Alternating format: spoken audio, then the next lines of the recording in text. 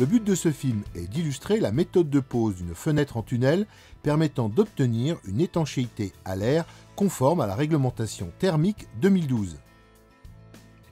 Nous vérifierons d'abord nos outils, que la température convienne aux produits utilisés pour en permettre une bonne mise en œuvre, sans oublier d'inspecter le bon de livraison des fenêtres. Une fiche d'autocontrôle nous accompagnera tout au long de nos travaux pour nous aider à ne rien oublier. Pour la pose d'une fenêtre en tunnel, il faut impérativement s'assurer d'abord que la hauteur totale de la garde à l'eau, côté extérieur, soit au moins de 50 mm et que le maçon a dressé un plan de pose de 40 mm minimum sur le pourtour de la baie. Puis que l'état de surface générale du plan de pose ne laisse pas apparaître de défaut de planéité au-delà de 10 mm sur toute la hauteur et sur toute la largeur de l'ouverture, ainsi qu'un désaffleurement ne dépassant pas 3 mm.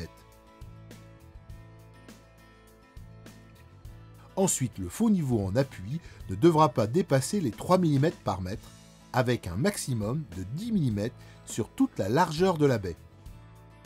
On contrôlera que le faux aplomb ne dépasse pas les 10 mm sur toute la hauteur de la baie, et que le faux niveau en linteau ne dépasse pas les 10 mm sur toute la largeur de la baie.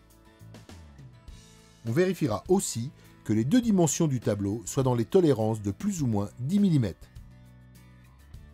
Si ces conditions ne sont pas réunies, le support ne peut pas être accepté. Pour cette pose en tunnel, on va présenter deux types de calfeutrement. Le choix se fera en fonction des dimensions, largeur et profondeur du joint à calfeutrer. Dans tous les cas, s'assurer du respect des prescriptions du fabricant. D'abord, pour la technique de calfeutrement par mousse imprégnée, la bande de mousse imprégnée peut être posée au choix au pourtour de la baie ou du bâti dormant. Attention, choisir la bonne mousse imprégnée, soit celle qui offre une plage de compression utile adéquate à la largeur du joint à calfeutrer. Il faudra d'abord procéder à la pose des bandes horizontales, puis à celle des verticales. Important, projeter les laits verticaux sur ceux horizontaux, avec une surcote de 5 mm par extrémité, soit 1 cm sur chaque lait vertical. Puis, quel que soit le type de calfeutrement, on pose au minimum 2 cales d'au moins 5 mm d'épaisseur au droit de tous les montants du bâti dormant, donc également au droit des meneaux éventuels. Maintenant, on peut présenter le dormant.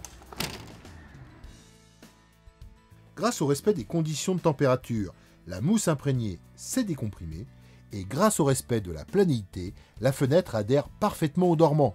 La mousse imprégnée décomprimée assure l'étanchéité de la fenêtre. Le calfeutrement par mastic sur fond de joint qui ne pourra être choisi que dans le cas d'une largeur de joint à calfeutrer n'excédant pas 20 mm. On pose le fond de joint sur toute la périphérie, le raccord se fait bord à bord, en veillant à bien rapprocher les extrémités. Puis on pose au minimum 2 cales d'au moins 5 mm d'épaisseur au droit de tous les montants du bâti dormant. Pour des raisons pratiques, l'accès à ce moment de la pose est plus facile. On extrude le mastic sur l'appui, avant la pose du bâti dormant, en s'assurant d'une remontée sur les tableaux d'au moins 100 mm. Maintenant, on peut présenter le dormant. On assure son maintien par une pince qui permet de stabiliser l'ensemble. On règle son aplomb dans le plan de la menuiserie et dans le plan des tableaux. On vérifie son équerrage et on le fixe. Pour une fenêtre en PVC, veillez à ne pas fixer à moins de 5 cm des soudures. L'écartement entre les fixations ne doit pas excéder les 80 cm. Les fixations doivent se situer au voisinage des organes de rotation et des gâches. Pour les fixations en partie basse, si elles sont nécessaires, il est absolument proscrit de traverser la pièce d'appui, puisqu'elle est destinée à récupérer les eaux drainées avant de les évacuer vers l'extérieur. Une fois le bâti dormant fixé, on vérifiera l'aplomb des montants dans le plan du mur et dans le plan des tableaux. Le faux aplomb éventuel ne doit pas dépasser 2 mm par mètre dans les deux plans. On vérifiera ensuite le niveau des traverses hautes et basses. Le faux niveau éventuel en traverse haute devra respecter les mêmes exigences que le faux aplomb des montants. Le faux niveau acceptable en traverse basse est plus exigeant, puisqu'il ne doit pas dépasser les 2 mm pour les largeurs inférieures ou égales à 1,50 m et 3 mm au-delà. L'écart entre les deux diagonales doit être inférieur à 2 mm par mètre de longueur de diagonale. Pour un calfeutrement par mastic sur fond de joint, on finalisera l'étanchéité par l'application du mastic à l'extérieur de la fenêtre, en bourrant fortement afin de bien combler le jeu entre la menuiserie et le support.